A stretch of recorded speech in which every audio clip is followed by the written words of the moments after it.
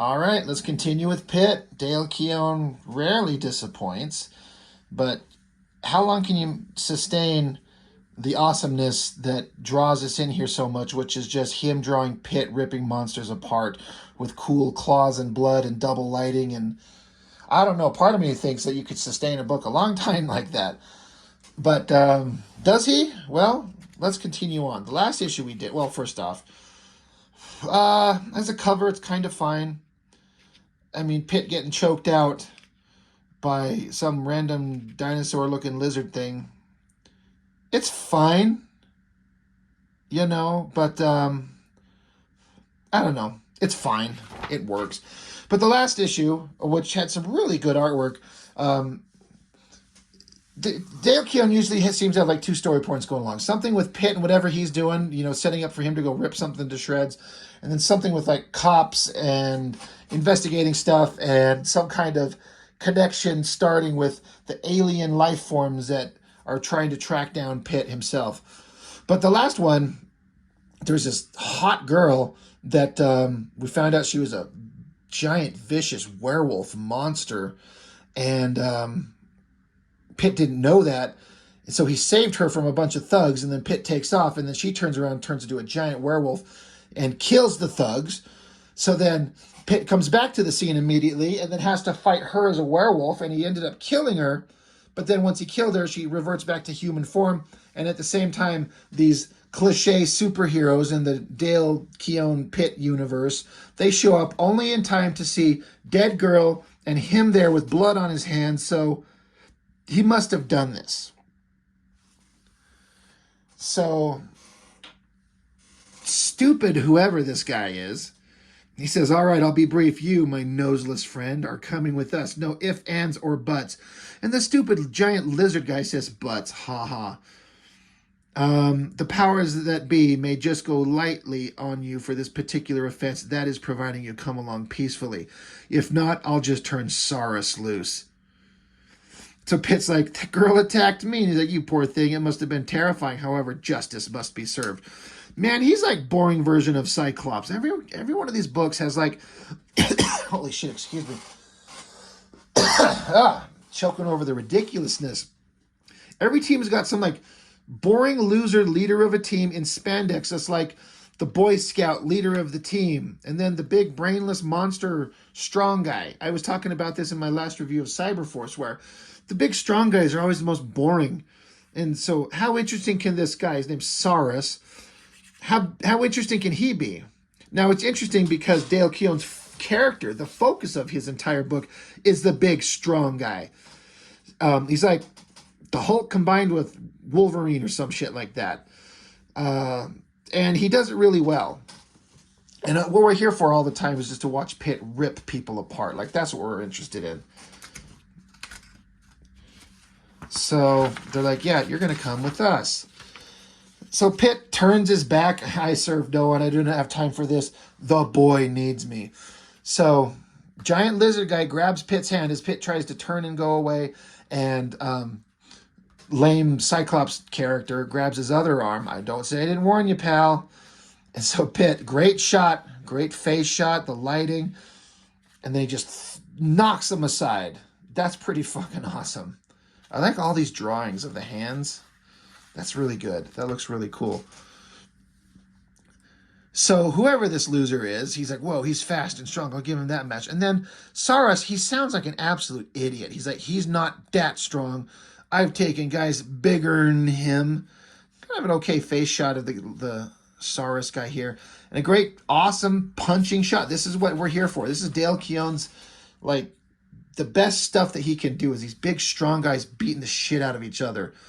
Drawing big, thick, muscular guys. He really, really loves to do this double lighting so we can throw this underlighting under it. But it works. So decks Pitt in the face, slugs him in the guts, gives him a solid uppercut. Pow. Oh, he says, see, Kite, I'm punching the crap out of him. And he ain't even doing nothing back. So this guy's name is Kite, K-Y-T-E. That is stupid. But Saurus just keeps punching the shit out of Pitt. And Pitt almost looks like he's got a smile on his face, which led me to think there's something more going on here. And then, hell yeah, look at that double page spread. That is fucking amazingly cool. Hard angle, and then hard to draw it at that size to keep all the anatomical stuff figured out. I like all this cross-hatching lighting, this underlighting cross-hatching on him here through the arm, and then that backlighting. That's really cool. And that's a good shot of this lizard guy punching the shit out of him. So you're led to believe that maybe lizard guy here is pretty tough. Maybe, because goddamn if PITT isn't the toughest motherfucker in the Image universe by far. Slams him into a bunch of garbage, and that kind of buries him under a bunch of rubble. So, stupid, boring Cyclops guy, he's like, Saurus, beautiful KO, buddy. He's like, I'm just tougher, that's all. So they're like, all right, let's drag him out of there. So Saurus starts digging through the rubble to find the unconscious body of PITT. And he's like, holy cow, Kite, look at this. He's got a dumbass look on his face. That PITT guy is gone, and there's this big hole here. So basically, PITT started digging a hole through the ground to just get away. That's a great shot. Good down shot on there. I like the hole in the ground. You know, it's a bunch of big flashy artwork, but holy shit. I mean, Dale Keown's up there for being the best of these Image guys for drawing big flashy shit that just makes you go, holy shit, that's awesome. Like, he's in the contender for the best at it. We get back to some boring shit where they're trying to tell a story. I mean, how much of a story are we interested in here? We got the girl who was a cop, and we find out she's maybe an alien or some shit. Her name's Raiki. Oh, of course it is. Black ninja dude named Shiro. And then the kid from the original miniseries that's got some kind of profound importance to everything and everybody, and it's still unclear.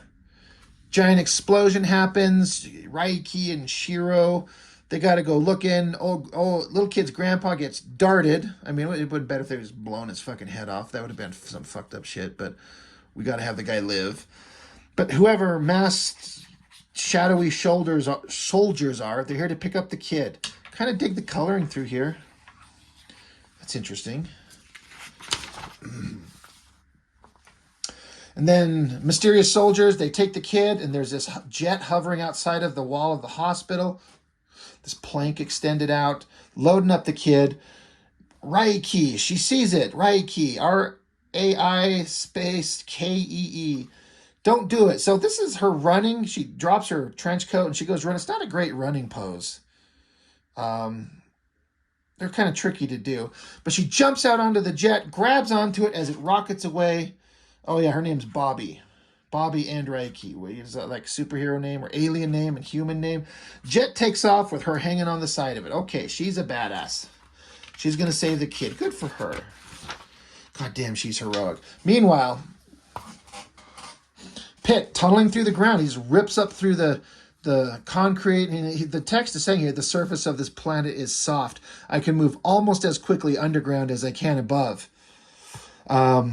But my post has been unguarded for too long. I must return to the boy's needs. So he was keeping an eye on the kid. That's what he was doing before in the previous issue, keeping an eye on the hospital and the kid before a werewolf lady distracted him. So we went up to go do that. He comes back just in time to see alien ship that's taken off with the kid rocketing away.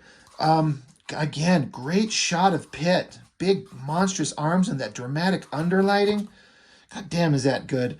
And you get a sense of like a bunch of like claustrophobic buildings that are kind of crammed together, and PITT's right in the middle of it. Wild coloring going on with the like exhaust of the jet here. I mean, it's overdone, but it's kind of cool. I kind of dig it. Great double page spread again. Man, Keown loves his double page spreads, and we do too. Some people can pull it off really well, Keown. Some people fail almost every time. Liefeld.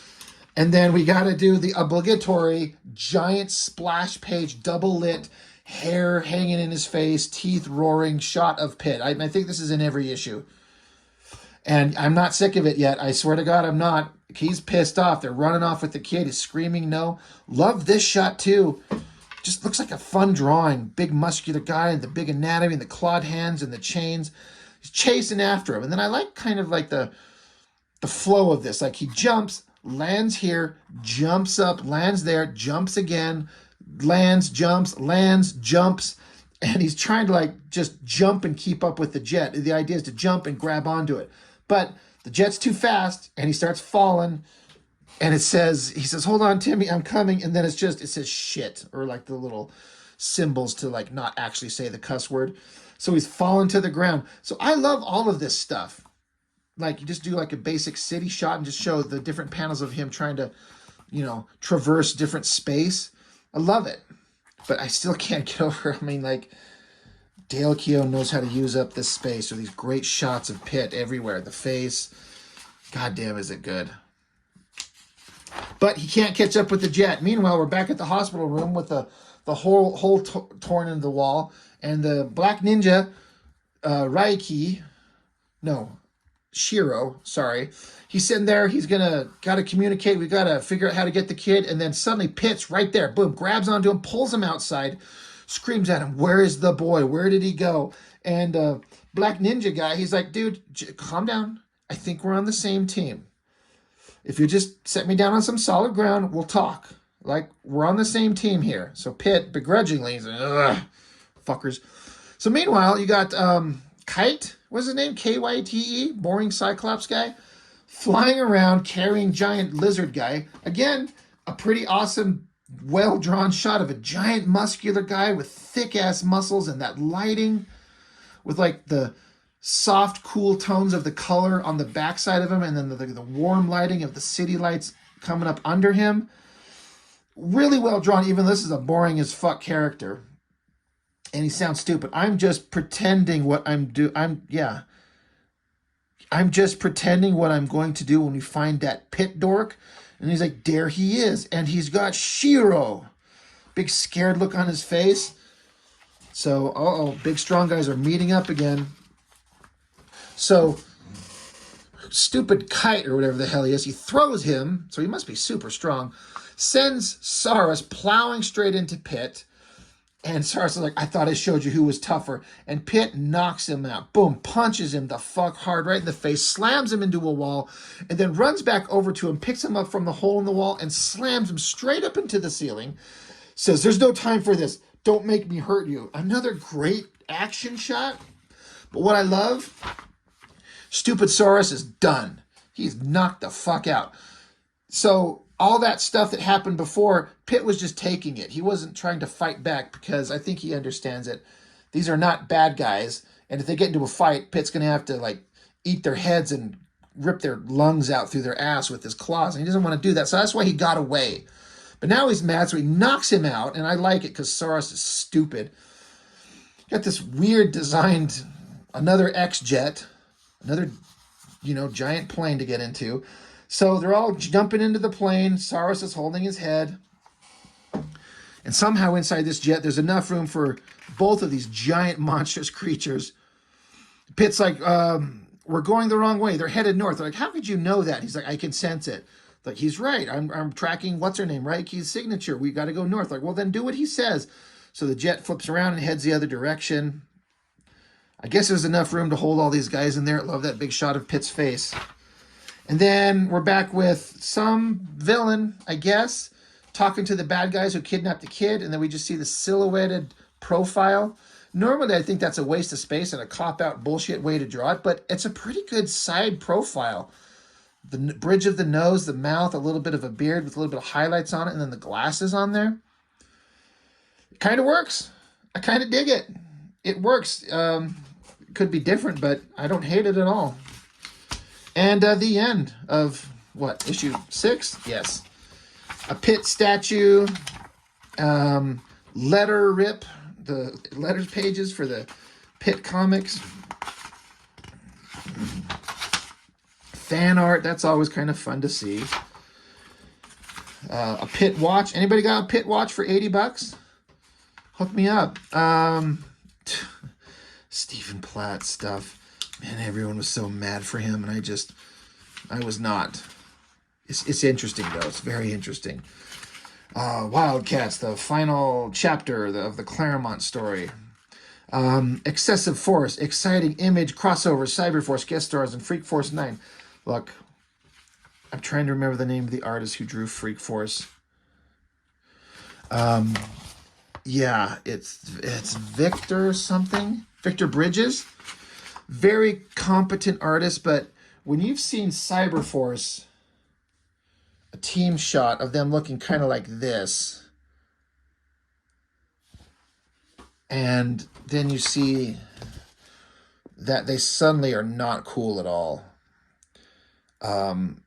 It's just not that exciting. It's just one of those things when all these designs that some artists can make designs look really, really good, and Sylvester can make anything look good, but he made these characters look good. Even his Cyberforce ended up being really boring as shit. But this guy drawing Freak Force, that is just the weakest version I've ever seen. More Cyberforce action figures. We talked about this. They were like rubber dog toys or something like that. So, anyway, PITT number 6. When was this printed? 94. Yeah, right. You know, Dale Keown brings the stuff we want to see. The story progresses slow as hell because we're throwing in so many awesome double-page spread action shot things and using up a lot of real estate just to draw pretty pictures. But when they're as good as Dale Keown does, I mean, I don't get that mad at it. Honestly, I don't. There's a lot of arguments of what you could be doing better, but I don't know. I was in there. I was in there for it. I was here for it. It's fun. I was into it. But that's all I've got for now. Thank you for joining me again, and I'll see you on the next one.